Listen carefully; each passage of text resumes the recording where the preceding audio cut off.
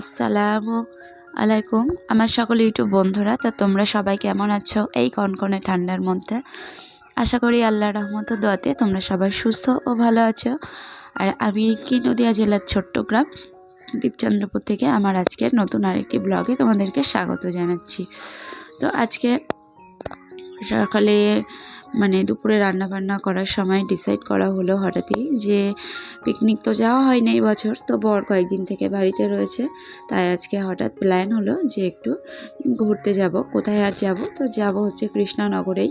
তো দেখা যাক। তো এখানে গরম পানি করে নিয়ে আমরা পরপর মেয়ে বাদে সবাই স্নান করে নিয়েছি। এতটাই ঠান্ডা যে মেয়েকে স্নান করাইনি। আর এই যে রেডি হয়ে তোমাদের সামনে আমি চলে এসেছি আর বারও হয়ে গেছি কৃষ্ণনগরের উদ্দেশ্যে।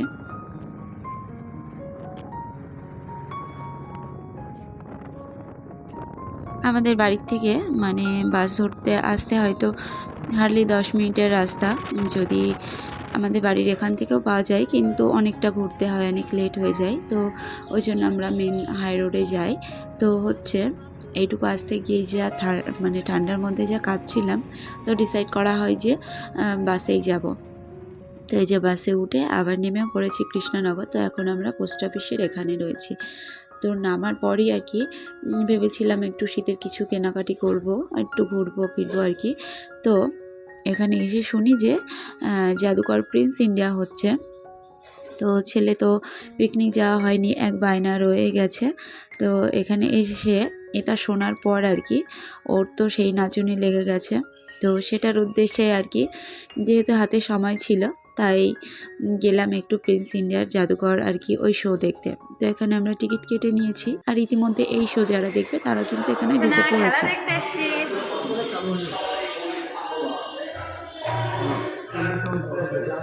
ভিডিও অ্যালাউ আছে? তো ভিডিও অ্যালাউ আছে?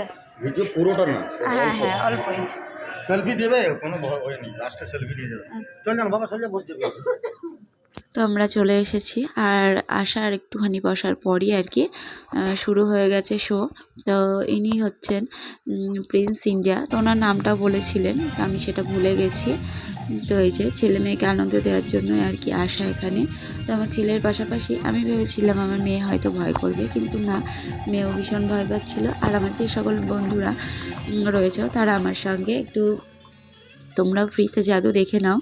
তো আমরা অনেক ছোটোবেলায় দেখেছি, আর এখন ছেলে মেয়ে ছোটোবেলায় আর কি, এখন তার এগুলো সচরাচর দেখা যায় না, কিন্তু তখন আমাদের গ্রাম বাংলা জীবনযাত্রায় এগুলো প্রায়শই আসতো, আর সবাই ভিড় করে দেখতাম আর কি। তো এই যে এখানে একে একে জাদু দেখাচ্ছে। তো ফাঁকা এই যে প্লেট দেখো, তো অটোমেটিক ফুলগুলো আসছে, একে একে দেবে।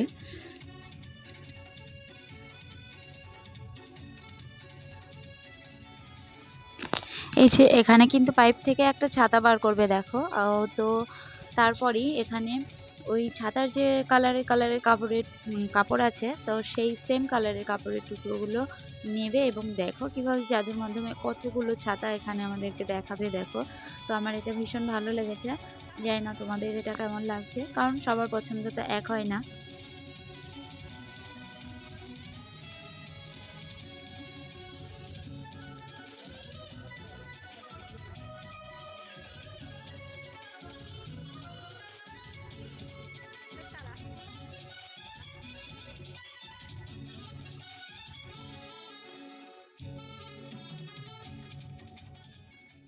তো আমার কিন্তু বেশ লাগছিল।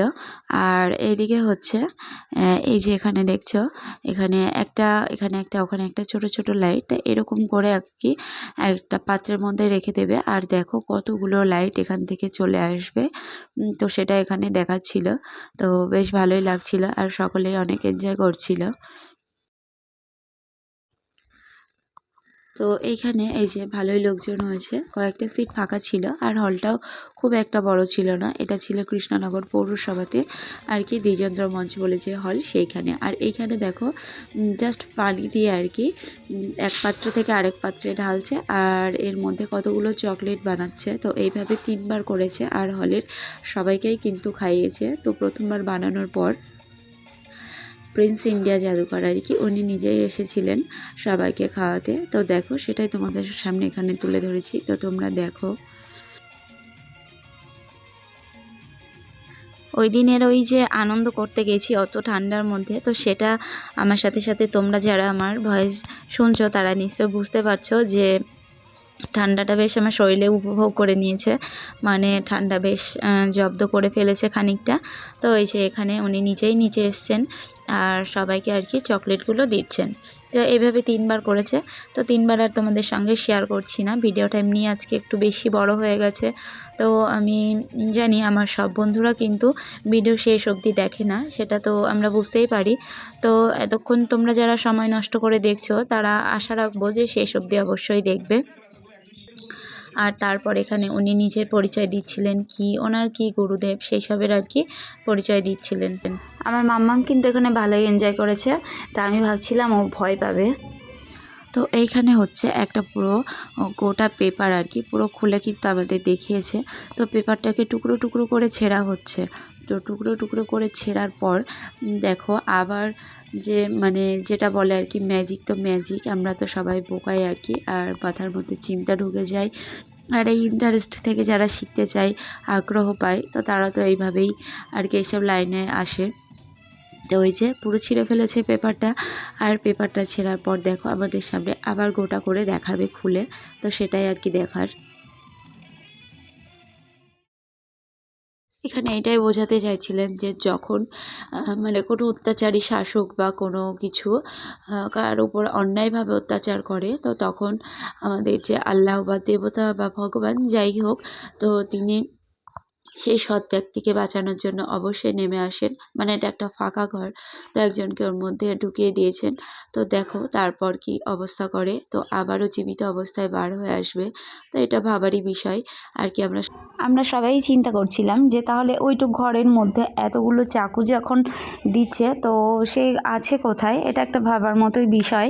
তো দেখো আমার সঙ্গে তোমরাও দেখো সব জায়গা দিয়ে চাকুগুলো দিয়ে দিচ্ছে, তো তারপরেও অক্ষত অবস্থায় সে আবারও বাইরে আসবে। তো সেটাই এখানে বোঝাচ্ছিলেন যে ভগবান আর কি ভালো মানুষের সঙ্গে সব সময় থাকে, দুষ্ট লোকরা কিন্তু সব সময়ই হেরে যায়, সেটাই এখানে দেখাচ্ছিল। তো এখনও যারা তাদের মূল্যবান সময় নষ্ট করে আমার ভিডিওটা দেখছো এবং আমার সঙ্গে আছো, আমি আশা রাখবো তারা নিশ্চয়ই আমার ভিডিওটা শেষ অবধি থাকবে, কারণ যদি স্কিপ করে দেখো বা একটু দেখে বন্ধ করে দিলে সেই ভিডিও কিন্তু আমার কোনো লাভ নেই বন্ধুরা। তো তোমরা যদি সময় নষ্টই করে থাকো তো পুরো ভিডিওটাই দেখে থেকো। আর যদি আমার ভিডিও ভালো লেগে থাকে তো লাইক দিয়ে দেখা শুরু করবে আর কমেন্ট করবে, আর সাবস্ক্রাইব করে আমার পাশে থাকতেই পারো। আর যারা এর মধ্যে আমার চ্যানেলটিকে সাবস্ক্রাইব করে দিয়েছো তো তাদেরকে অসংখ্য ধন্যবাদ।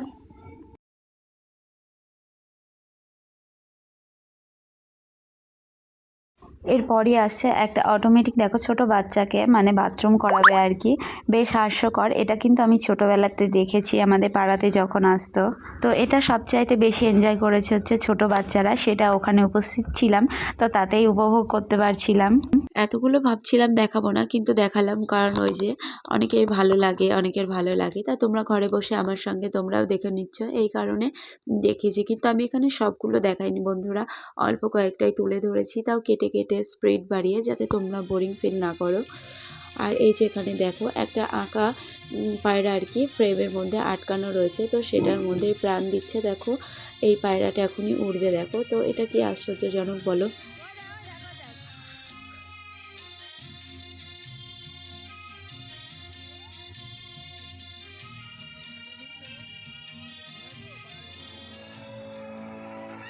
তো এই হচ্ছে সেই সবথেকে বেশি ভয়ঙ্কর শো, সত্যি কথা এমনই মিউজিকটা ছিল তো ভয়ই লাগছিল। তো দেখো এই হচ্ছে একটা ফাঁকা পাইপ, তো এর মধ্যে থেকে একটা ফুলের স্টিক আর কি বার করবে, তো সেটাকে ওখানে রাখবে।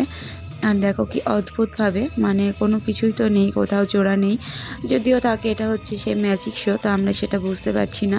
তো দেখো এখানে টেবিলটা কিভাবে মানে কোনো কিছু দড়ি বা কোনো কিছু টান ছাড়া কিভাবে উঠে নিয়ে যায়। তো এখানে কিন্তু বাচ্চারা সব থেকে ভয় পাচ্ছিল। তো হলটা একটা অন্যরকম হয়ে গেছিলো এই টাইমে। তো এটা খুব শর্টের মধ্যেই দেখিয়েছে। এই যে দেখো, এই যে কিছুই কিন্তু নেই, কিন্তু জানি না কিভাবে আর কি এটাকে ওড়াচ্ছে।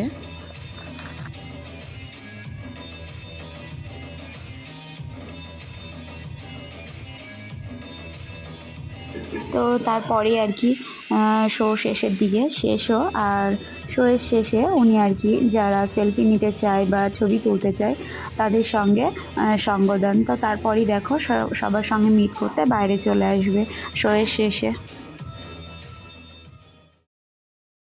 তো এখানে যেহেতু এসেছে তো আমিও এখানে একটা সেলফি তুলে নিয়েছি ওনার সঙ্গে। ওনার ব্যবহারটা কিন্তু ভীষণ ভালো, খুব নম্রভদ্র, ব্যবহারটা খুব সুন্দর। তো তারপরই চলে আসি নিচে। এখানে বেশ সুন্দর করে একটু সাজানো আছে, সামনে একটু পার্ক মতো, তো এখানে একটু ভিডিও করছিলাম, ছবি তুলছিলাম। তো তারপরই যে উদ্দেশ্যে আজকে আমরা বাড়ি থেকে বার হয়েছিলাম তো সেইখানেই যাব। আর যাব হচ্ছে একটু এক্সপ্রেস বাজার। তো এখানে রাতও হয়ে গেছে, মেয়ে এর মধ্যে দুবার করে ঘুমিয়েও গেছে, কোলে কোলে অসুবিধাই হচ্ছিল ওই জন্য আর বাকি কোথাও ঘোরা হয়নি। তো এই যে এখন আমরা কিন্তু চলে এসেছি পোস্ট অফিসের মোড়ে। তো বলতে বলতে চলে এসেছি এক্সপ্রেস বাজারে। তো এসে তেমন একটা কিছুই পছন্দ হয়নি, কারণ মাল সব বার হয়ে গেছে, খুব অল্প স্টক রয়েছে। আর ওইদিকে বাস পাবো না, অনেক রাত, প্রায় ঠান্ডাও খুব, আর দুবার মেয়ে ঘুমিয়ে গেছে, এভাবে তো ঘুরতে বিরক্তিই লাগে। তো ওই জন্য আর অন্য কোথাও ঢুকিনি। এখান থেকে আর কি আমি একটু মশলার কৌটো নিয়েছি, সেটা পরে তোমাদেরকে দেখাবো। আর এই যে তারপর নিতে চলে এসেছি আমি একটা সোয়েটার, একটা পছন্দ হয়েছে একদম হালকা আর কি, দুপুরের দিকে বা একটু শীত কমে গেলে তখন পরা যাবে, তো নিয়েছি। আর ট্রায়াল রুমে তোমাদের সামনে আমি এখনই এটা পরে দেখাচ্ছি। আর সোয়েটারটা কেমন সেটা আমাকে কমেন্ট করে জানিও বন্ধুরা। আর এখান থেকে সোজা চলে যাব হচ্ছে মায়ের বাড়ি। তো মায়ের বাড়ি আছে দিদির মেয়ে রোহিণীর ভাত করেছে, তো আমাদের ওখান দিয়ে রাতে খাওয়া দাওয়া করে আসতে বলেছে, তাই চলে এসেছি মায়ের বাড়ি। কৃষ্ণনগর থেকে এখন চলে এসেছি মায়ের বাড়ি। আর এসে এখানে ভাত করা হয়েছে, সবাই খাওয়া দাওয়া করে বসে আছে। জামাই ওদিকে ঘুম পাচ্ছে।